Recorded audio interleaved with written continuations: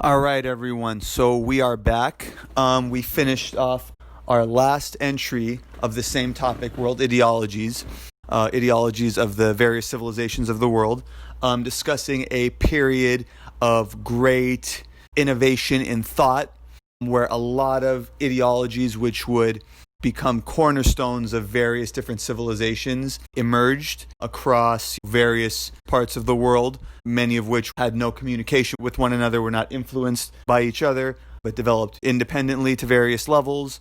So now we're going to continue and move forward. So we're picking up off around this time was around 500,000-ish, and now we're continuing forward on our timeline. So the next major ideology is one that many, if you would kind of just ask what do you think is the most dominant, most widespread, most powerful ideology in the world, many would say this is it, and that is the ideology of Christianity. So this, of course, I'm sure, I don't have to tell a lot of people who the founder of this ideology was. It, of course, was Jesus Christ. He based his ideology on the foundation that had been laid by the later day Jewish prophets, which we previously discussed, which kind of became the foundation for Second Temple Judaism, modern Judaism as we know it. And he was pretty much a reformer to that same ideology. So he, picked up where a lot of them left off in their calls for a coming Messiah, a coming great king, etc. And also with a lot of their rhetoric and calls to focus on justice. So a lot of his ideology focused largely on justice, right? So he was looking a lot at the corruption of the time. There were various, Jewish leaders at the time, the Pharisees, the Sadducees, which many would feel were quite corrupt. And he also put forth how corrupt they were. He almost kind of picked up who many view as his precursor, John the Baptist, he picked up where he left off in kind of critiquing this hypocrisy. He preached almost kind of looking at the Jewish law in more of a holistic way. So the Pharisees and Sadducees were very legalistic, so they would look at the word like almost word for word. Oh, well, technically it doesn't say that we can't do this, so we can still do it because word for word it says what it says. So he was kind of preaching to look at the Jewish law more in terms of what, as to quote him, what the spirit of the law is, rather than just the letter, right? So look at what was the main intention behind this law, not just word for word on paper what it would state. And of course, also continuing and reinventing what had been preached by the latter-day prophets. He was preaching this coming day of judgment, this coming day of resurrection, where all of these wrongs will be made right, and he's going to bring about this new time, and he's going to establish a kingdom that will bring about justice, where the people who are mistreated, they will be made right, and the people who do the mistreating, they will see the consequences of the wickedness that they have done. And like I said, he just preached a very holistic way of looking at morality. Instead of looking at it word for word, dot for dot on paper, he saw morality as a holistic thing where it's overall guided by wanting to do good to your fellow person, following the golden rule, etc. So yeah, that was largely his ideology. So from there, that was pretty much the cornerstone or the foundation for Christianity, of course, since the religion was founded by him. And then continuing and adding to that ideology was the individual known as the Apostle Paul, where he brought this concept, which is now the dominant concept in Christianity, of Jesus being God's only begotten Son, him dying for the sins of the world, and therefore one gaining salvation in the afterlife through belief that Jesus died for their sins. So that is the ideology of Christianity, which today is the biggest religion. As I've discussed, I would consider, religions, philosophies, all within this broad category of ideology. But as far as the ideologies that are considered a religion, this is the dominant religion in the world today. So that is the ideology of Christianity. And now moving forward, and that, of course, as we all may know, our current calendar is based upon Christianity. So that occurred around from year 1 to 33, because Jesus was 33 when he died. And then now we're going to move on to another ideology, or one could possibly say closely related group of ideologies. And these are the various Zoroastrian Reformation movements, which developed during the period in Iranian history of the Sasanian Empire, the Sasanian Persian Empire, often known as the Neo-Persian Empire. And this included, an ideology known as Zoroastrianism. Zoroastrianism would become the dominant ideology of the Sasanian Persian Empire.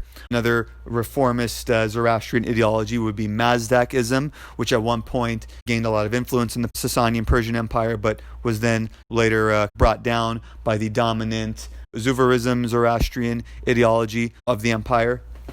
The next reformist ideology during this period, which probably would be considered the biggest and would be the only one that would possibly even be considered its own religion entirely, was Manichaeism. So Manichaeism, at one point when it arose, had even surpassed mainstream Zoroastrianism and had become the biggest competitor to Christianity at the time. So it would have at one point been the second most populous religion in the world. And I don't know if I mentioned this earlier, but the original form of Zoroastrianism, pre-Christianity, was the dominant, at one point, the most widespread religion in the world. But I digress. So Manichaeism was founded by the prophet Mani, who lived in modern-day Iraq, which was part of the Persian Empire. And, as I mentioned, his ideology was very much a Zoroastrian reformist ideology, but also, it should be noted, was that it included a lot of elements, a lot of influence from Christianity at the time, specifically Christian Gnosticism. Of course, he was from Iraq, which was part of the Persian Empire, but also in Iraq there was a large Christian population. So him being, part of the Persian Empire, but in Iraq where there's a large Christian population, he had influences from both ideologies. And this emphasized a lot of dualism, which also can be said to have been present in the earlier forms of Zoroastrianism, but he really emphasized the dualism about within human beings there is a certain light, right, which comes from God, and there's this dualism between this light within you and then your human form, and the goal is to get closer in contact with that light and make that more and more prevalent within yourself. So this ideology, like I said, at one point it was the biggest competitor with Christianity at its time. It spread through various points. It spread to parts of the Roman Empire. It even spread as far east as China. And in fact, it at one point was the state religion of the Uyghur Khanate. And that was a Turkic Khanate which dominated Mongolia for a period of time. So it was an ideology that was widespread enough to at one point become the dominant religion of a major empire. So that is Manichaeism. So we're going to now move on to the next major ideology, and this is another ideology that has had a huge impact on the world and is one of the dominant ideologies. So one of the previous ideologies we discussed was Christianity, and if we're going to talk about ideologies being religions but also not necessarily being religions, we talked about how Christianity was the biggest ideology that is what we would classify as a religion. This would be the second biggest ideology, which would fall into the category of religion. And if you haven't guessed by now, that is Islam. So Islam, of course, as many would know, was founded by the Islamic prophet Muhammad in the city of Mecca. And it's a monotheistic ideology. That is the core feature of his ideology of Islam. That's what most people think of when they think of what's the main belief of Muslims. It is monotheism, one God. So Islam, of course, is an Abrahamic religion. So just like, Christianity comes from Judaism, Islam also then comes from Christianity and Judaism. So with that being said, there are a lot of similarities between Islam and Christianity and Judaism. So of course they have the monotheism. There are also various other concepts which are also within Christianity, and that is a belief in Judgment Day, where people are held to account for the things that they've done in this life, and God will judge what quality of a person they were. Islam, like I said, Islam being from the same lineage as Christianity and Judaism, that has been passed on through that lineage. And Muhammad's message, of course, was monotheistic. It was also very populist and very egalitarian, so there was very much, a condemnation of greed and the exploitation and oppression of the weak and the poor by the wealthy and the corrupt. And it also, being that Islam is, of course, very similar to Christianity and Judaism, but of course it's its own separate ideology. When Muhammad brought this ideology, there were different kind of underlying foundations which led to the formation of his ideology. So, of course, it was meant to expand upon and, kind of resolve some of the disagreements and disputes between Christianity and Judaism. So, you do see a critique, you see an affirmation of a lot of things within those religions.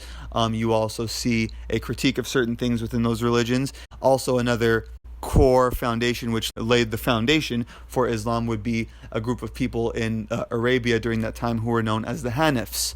So those people were people who were monotheistic, right?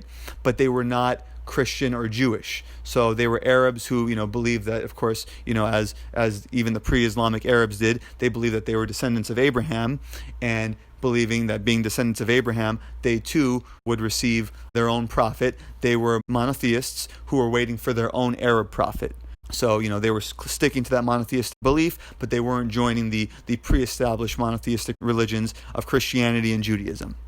Islam also, like I said, there's a lot of things which originated from Christianity and Judaism, but there were also some critiques. So initially, Muhammad had viewed the Jews as his natural allies in his mission to spread his new belief system. So one thing that he preached that might be viewed as contrary to Judaism is he preached a very, like I said, egalitarian, and especially egalitarian in terms of tribe, race, background. So Judaism, has the concept of the Jews being the chosen people, and there being differences in what they should practice versus what other people should practice. He very much preached that we're all equal, so we should all follow the same ideology, and there shouldn't be differences in how we practice based upon our background. It should be based upon these core beliefs rather than your ethnic background or your lineage. And also, with regard to Christianity, there was the critique of the concept of God having a son, God coming in human form. And of course, in Christianity, it is believed that Jesus was the Son of God. It is believed that he was God in human form. So, Islam affirmed certain things from Christianity. It accepted Jesus as a prophet, and Islam's populist and egalitarian message can largely be said to have originated from Jesus. However, it denied the deification of him. So that is the ideology of Islam. And, now we're going to be moving forward to another major ideology. We are now going to talk about the belief system of Neo-Confucianism.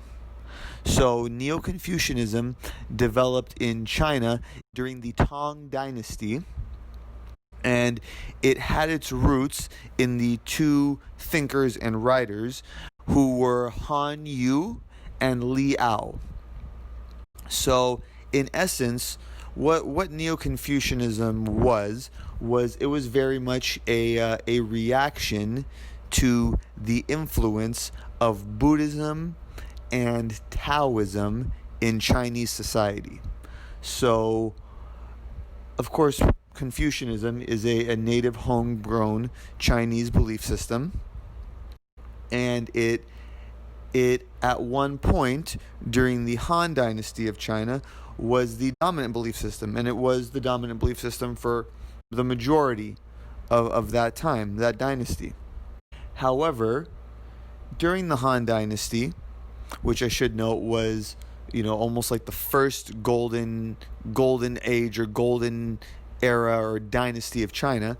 But during this dynasty, we would see the rise in China alongside Confucianism of Taoism and Buddhism. And, over the years in China, we would see the three almost in very, very much in various ways coalesce. And all three would almost become mainstays of Chinese society. Well, Neo-Confucianism very much, like I said, it reacted to Buddhism and Taoism, and it almost sought to bring about a return to those original core Confucian values, which had been the bedrock of Chinese society. So in reacting to Taoism and Buddhism, it was very much a reaction to almost the mysticism and the spirituality found in those belief systems. As we've discussed, Buddhism and Taoism really very much emphasize kind of the immaterial aspects of things, very much the certain intangible elements of things, whereas Neo-Confucianism really sought to bring Chinese thought and Confucian thought back grounded in reality, right? It sought to use more of an approach of reason rather than spirituality and mysticism and intuition and whatnot to understand the world. And I believe the world was very much understandable, and through understanding it we can develop certain social orders which help us live in harmony with it. So in some ways it was even, could be argued, had some similarities with Greek philosophy, right? And Neo-Confucianism believed that through reason we can develop, like I said, these social orders which benefit society as a whole, benefit society at large. And it really sought to emphasize the impact that people's private life, people's private morality, their personal interactions had with society at large, right? And it really sought to develop a system where people will act in the desired manner in all facets of their life, particularly even in their individual private life, and that this will, as a result, have benefits to society at large in creating a harmonious society. And as I said, it developed in the Tang Dynasty, but it would also grow to rise to great prominence during the later Song Dynasty. And, it very much can be argued to have laid the foundation for what would develop in the Song Dynasty of the examination system, which had a major role in China, where in order to get into government positions there was a very rigorous and strict examination system. So in essence, this is Neo-Confucianism, and this is the role that it had as a dominant belief system and ideology in China during the Middle Ages. So now we are moving to the next major ideology or thought system, belief system, worldview that would emerge. And this is actually, it might be strange to think of it as its own ideology, but I'm going to include it because it stands as a very unique and important point in the development of human thought in the world. And it might be a little surprising to consider it its own distinct ideology, because it is more a confluence or more of a kind of combination of two, or a merging of two, and that is the Islamic Golden Age, or the ideology of the Islamic Golden Age. So following the rise of Islam, of course you had the original religion founded by Muhammad, and then the state that he founded, which included all of the Arabian Peninsula, and then would go on to spread to what is today the Middle East and North Africa, and then it would follow a period of almost like a kind of like a decline under a dynasty that is viewed by historians and Muslims alike as not the greatest, and that is the Umayyad dynasty. And following this, we would see almost a rejuvenation of Islam, but through way of Greek philosophy.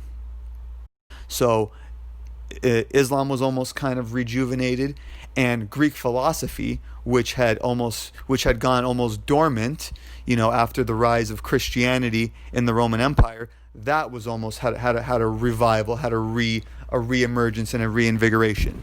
So I'm not going to get too much into detail about what led to the Greek philosophy kind of becoming dormant and reemerging. But it is reported by a lot of sources that after the Greek schools of philosophy in the Roman Empire were closed following the emergence of Christianity, a lot of them fled to the Sasanian Persian Empire. There was a king known in the West as Khosrow. Also in Persian civilization, he is referred to as Anushiravan. But he is called a philosopher king. He invited a lot of philosophers from all different parts of the world. And upon the closing of the Greek schools of philosophy in the Roman Empire, a lot of them migrated over to the Persian Empire. The Persian Empire was then conquered by the Muslims and then became a part of the Islamic Empire. And then during the reign of the Abbasid Caliphate, which succeeded the Umayyad Caliphate, it was ordered by the Caliph that all of the works of philosophy and knowledge from all different parts of the world be translated into Arabic.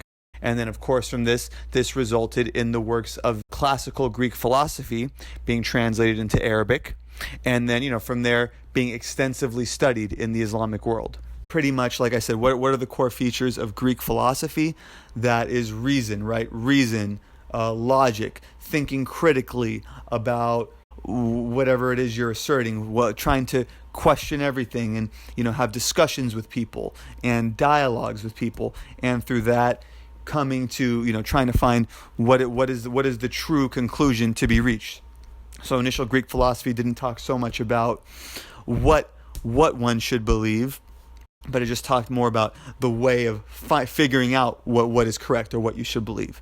So being that this philosophy of the Islamic Golden Age, was a merger of Islam and Greek philosophy, they used the tools of Greek philosophy, logic, reason, dialectic, to discuss certain principles within Islam. So they use that way of thinking to affirm certain principles in Islam, such as the belief in God and monotheism, and various concepts about debating the nature between predestination and free will.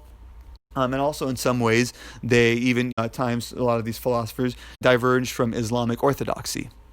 The two major philosophers of this time, the most notable of this time, one of them was an individual who was known in the West as Avicenna, or known as Ibn Sina, or Poor Sina, and the other was an individual known in the West as Averroes, and known in Islamic civilization as Ibn Rushd. So I'm just going to kind of give you a little summary of Ibn Sina's ideology, or his core ideology, which is a really good way of summarizing the thought process of the Islamic Golden Age.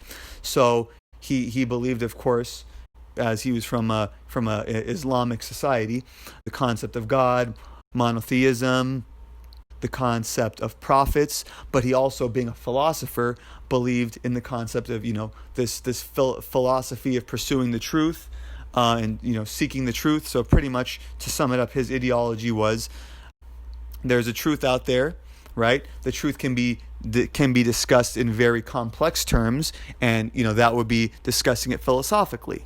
It can also be discussed in more simpler terms. That would be discussing it, in religious terminology. And he discussed how, not all people in the world are capable of thinking of this truth of the world in that philosophical sense, that very complex sense. Almost, he's almost kind of expanding upon Plato's concept of the philosopher king, right? Not everybody could be a philosopher king to think about things in those complex terms, right?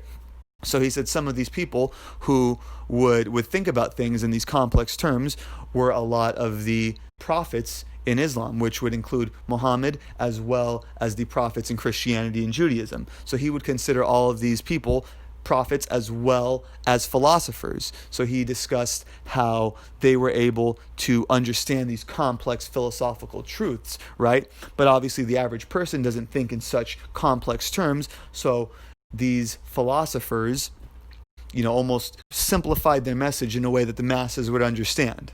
So they all would have differences in their message because their message was revealed at different times to different peoples and in different cultures, but the core essence of their belief was that same universal philosophical truth. It just varied because it was, worded in more simplified terms to be understandable by the particular group of people at that time and in that culture. And also, in addition to that, he would also, of course, include Socrates as being another person who would be able to understand that great philosophical truth. And he would also include some, other religious figures outside of the realm of Abrahamic religion. So he would include Buddha, he would include Zoroaster. In essence, it could be argued that pretty much anybody who had one of these great ideologies that we've been discussing very likely were some of these great philosopher prophet individuals. So yeah, that's Islamic Golden Age philosophy in a nutshell, and it should be noted this led to, as the name says, an Islamic Golden Age. It was a golden age of science and discovery and research and knowledge. So that is the Islamic Golden Age philosophy. And that would almost set the stage for the other major philosophy or ideology that we're going to discuss, and that is Renaissance philosophy. Thank you for watching. Don't forget to subscribe and hit the bell icon to receive a notification whenever I release a new video.